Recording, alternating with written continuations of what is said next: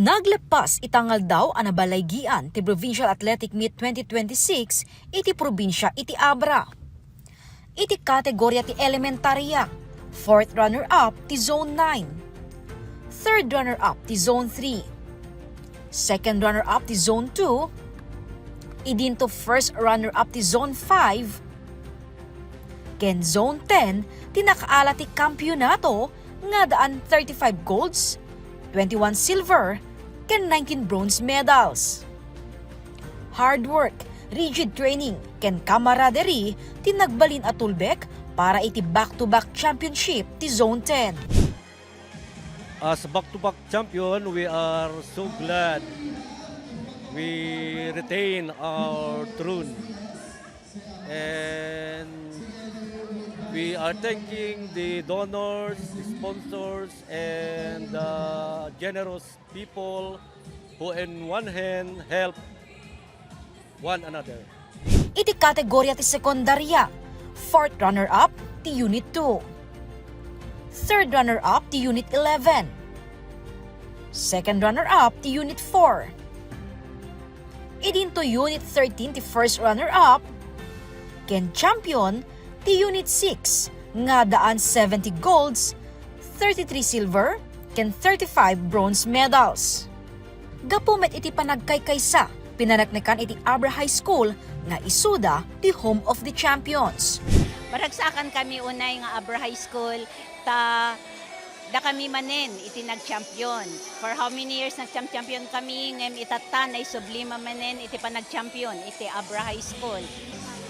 Gapo iti cooperation, ti intensive training dagito being the perseverance, resilience, ganti commitment, gan dedication dagiti coaches, ganti support from the stakeholders, from our mayor. Thank you very much iti support na taga po kadagiti panagmaymay sami na alam mi dato yung nagunod mi dato yung panagkampiyon tatanga tawen. Nagyaman ti DepEd Abra iti suporta dagiti mangidadaulo iti probinsya nang runa kada Kong JB Bernos, Kong Ching Bernos, Governor Eustaquio Bersamin, ken Vice Governor Ann Bersamin, dagiti na duma-duma a sekta, ken ti kooperasyon dagiti pagadalan a rason ti nabalaygian nga aktibidad. Of course, dagiti napili nga athletes, isimpami dagiti records da, tapno may submit di regional office for the screening, and then we will conduct first yung third periodical exam namin by next week, and after the third periodical exam we will meet with the provincial government for the intensive training of our athletes, siguro for the next 2 weeks or 3 weeks before our karaan. Babaen kadagiti napataod nga atleta mangnamnama ti probinsya ang umato ti rangko ti Abra iti masungat akara amit a manamnama ang maanga ijay Benguet iti umay abulan. Of course, we are looking forward that we will be able to level up in our performances.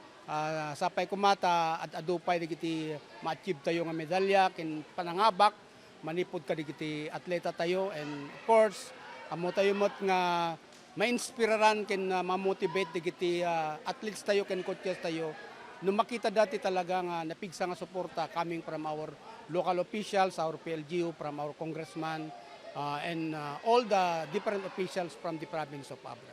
Alaksidan ti awarding kadagiti nangabak at dapay special awards anaited kadagiti daduma a paggadalan.